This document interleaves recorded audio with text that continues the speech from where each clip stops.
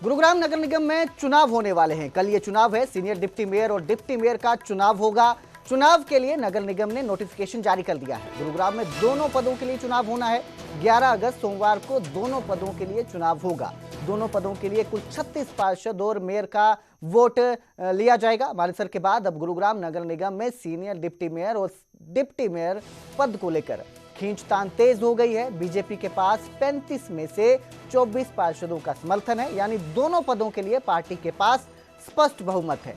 अब मुकाबला राव नरबीर और इंद्रजीत सिंह के समर्थकों के बीच है कि किसके चहेते को ये पद मिलते हैं। दोनों नेताओं के समर्थक सक्रिय रूप से अपने अपने नेताओं से समर्थन जुटा रहे हैं। तो ये जो है चुनाव होने वाले हैं। कल सीनियर मेयर और सीनियर डिप्टी मेयर को लेकर चुनाव होंगे। इसके बाद ही पता चल पाएगा कि कौन जो है इन पदों पर जीतता है, कौन इस पे जीत का दावा करता है, क्योंकि मुकाबला है। राव नरबीर और इंद्रजीत सिंह के समर्थकों के बीच मुकाबला है। अब कौन जीतेगा ये चुनाव के बाद ही साबित हो पाएगा। इस खबर पर ज्यादा जानकारी के लिए गुरुग्राम से मेरे सहयोगी धर्मवीर शर्मा मेरे साथ लाइव जुड़े हैं। जी धर्मवीर, जो ये चुनाव होने वाले हैं, किस तरह की प्रतिक्रिया देखने को मिल रही है और क्या अनुमान लगाया जा रहा है? बिल्कुल देखिए, अब की बार अगर हम कहें तो पूर्ण रूप से बहुमत है बीजेपी के पास, क्योंकि 35 में से 24 पार्षद भाजपा के टिकट के ऊपर जीत कर आए हैं। और जाहिर सी बात है कि गुरुग्राम का जो इलाका है पूरा, ये कहीं ना कहीं राव इंद्रजीत सिंह और राव नरबीर के बीच की जो राजनीतिक जो एक तरह से खींचतान हम कह सकते हैं वो हमेशा रहती है। दोनों नेताओं के बीच में ये मुकाबला रहता है कि किसका समर्थक ज़्यादा बाजी मारता है। जाहिर सी बात है कि इससे पहले 2 बार गुरुग्राम में नगर निगम के चुनाव हुए हैं और दोनों बार ही राव इंद्रजीत सिंह के समर्थकों का दबदबा यहाँ पर रहा है।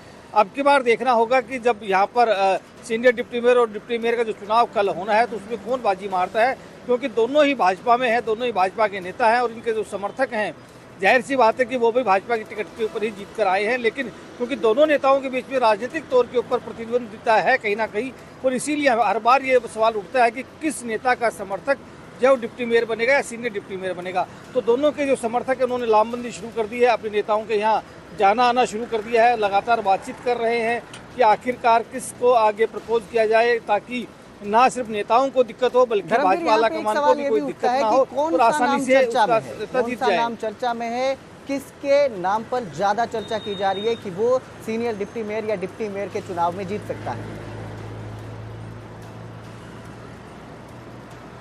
देखिए, अभी तक खुलकर किसी भी नेता के समर्थक ने ये दावा नहीं किया है कि वो इस रेस में है। लगातार बीजेपी के जितने भी पार्षद हैं वो एक ही बात कह रहे हैं कि जब भी जो भी पार्टी तय करेगी वो उन्हें मान्य होगा।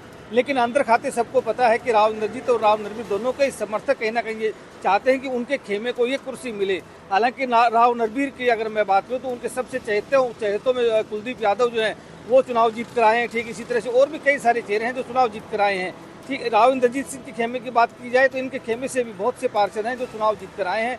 जाहिर सी बात है कि अब सहमति इस बात को लेकर के होगी कि आखिरकार बीजेपी किसके ऊपर मोहर लगाती है ताकि ना इन दोनों नेताओं को भी दिक्कत ना हो और इनके चहेतों को भी दिक्कत ना हो और आसानी से चुनाव जीत लिया जाए, क्योंकि बहुमत जो पूरा है वो बीजेपी के पास ही है, भाजपा के पास ही है, क्योंकि 24 पार्षद भाजपा के हैं। जी बिल्कुल, बहुत बहुत शुक्रिया इस तमाम जानकारी के लिए धर्मवीर। तो अब देखना होगा कि कौन उम्मीदवार बाजी मारता है, क्योंकि मानेसर में हमने जिस तरह से देखा, गुरुग्राम के मानेसर में उसमें सर्वसम्मति से जो है चुन लिया गया था। अब यहाँ पर भी सर्वसम्मति से ही सीनियर डिप्टी मेयर या जो डिप्टी मेयर है वो चुना जाता है या नहीं, ये चुनाव के बाद ही पता चलेगा।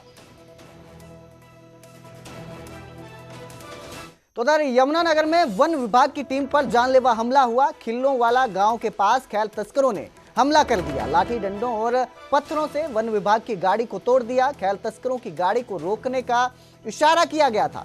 पुलिस ने 6 खैल तस्करों के खिलाफ मामला दर्ज कर लिया है।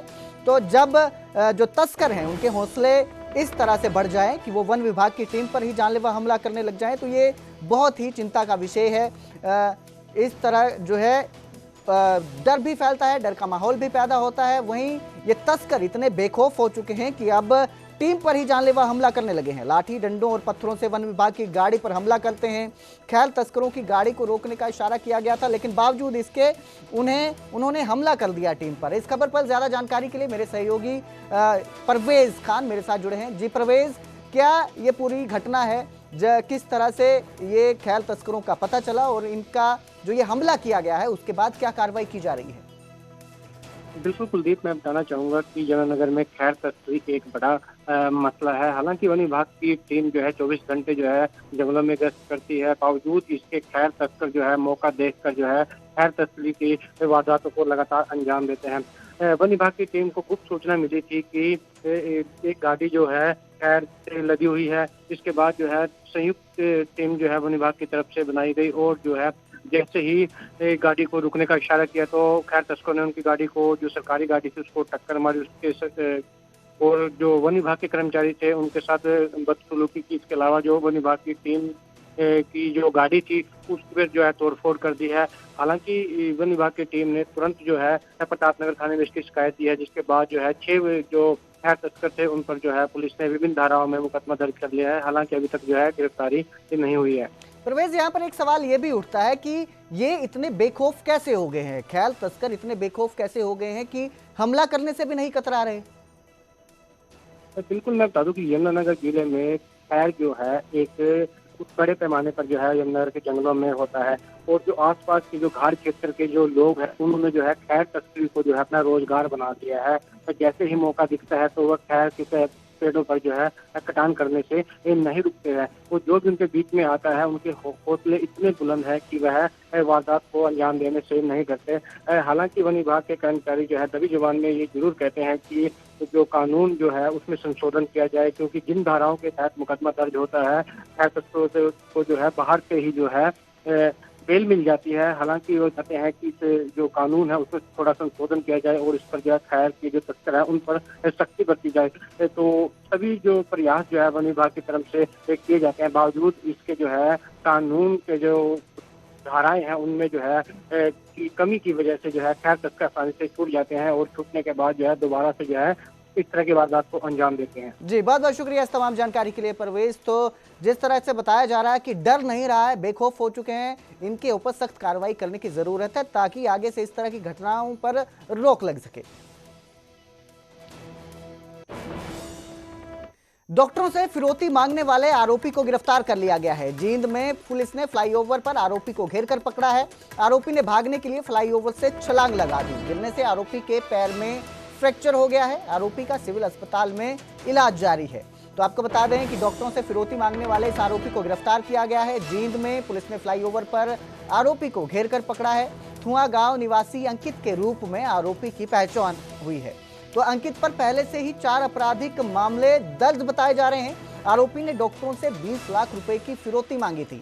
पुलिस ने दोनों फिरौती मामलों की जांच पूरी की है। डीएसपी के निर्देशन में पुलिस टीम को सफलता मिली और आखिरकार आरोपी को गिरफ्तार कर लिया गया। हालांकि आरोपी ने भागने की कोशिश में छलांग लगा दी फ्लाई ओवर से, जिस वजह से इसके पांव में फ्रैक्चर आ गया है। इस खबर पर ज्यादा जानकारी के लिए मेरे सहयोगी वीरेंद्र कुमार मेरे साथ जुड़े हैं।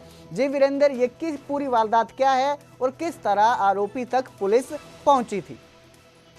बिल्कुल, देखिए, एक जींद में 2 दिन पहले 2 सनसनीखेज मामले सामने आए थे, जिसमें 2 मामले दर्ज किए गए थे। एक जींद की महिला डॉक्टर से फिरौती मांगी गई थी 20 लाख रुपए, और दूसरे ही मामले में जो आंखों के एक डॉक्टर, उससे 20 लाख रुपए की फिरौती मांगी गई थी। इस पूरे मामले को लेकर पुलिस अलर्ट मोड पे थी, क्योंकि पिछले दिनों जींद में जिस तरह से क्राइम बढ़ा है, एक महीने में 12 हत्याएं हुई, उसके बाद फिरौती की घटनाएं आने से पुलिस के लिए बहुत बड़ा चैलेंज था। और जब पुलिस ने इस मामले को ट्रेस किया और आरोपी को पकड़ा तो आरोपी भागने लगा और फ्लाईओवर से कूद गया, जिससे उसके पांव में फ्रैक्चर भी आया है, चोट लगी। उसका इलाज के लिए उसको भर्ती कराया गया, लेकिन इस मामले में पुलिस ने सफलता हासिल की है। पुलिस का ये कहना है कि आरोपी ने जो नशे की हालत में फोन किए थे और गूगल से नंबर उठाया, जिसके भी नंबर उसके सामने आए, चाहे वो अधिकारी हो, डॉक्टर हो, सबसे उसने फिरौती मांगी है और फिरौती नहीं देने की एवज में उसने जान से मारने की धमकियां दी हैं। इस पूरे जो मसले में 2 मामले जींद के अंदर दर्ज हुए हैं और फिलहाल पुलिस ने मामले को सुलझाते हुए आरोपी को गिरफ्तार कर लिया है। जी, बहुत बहुत शुक्रिया इस तमाम जानकारी के लिए वीरेंद्र। तो आरोपी को गिरफ्तार कर लिया है। 2 मामलों में 20 लाख रुपए की फिरौती मांगी थी डॉक्टरों से। हालांकि भागने की कोशिश में आरोपी के पांव में फ्रैक्चर आया है और उसका इलाज चल रहा है।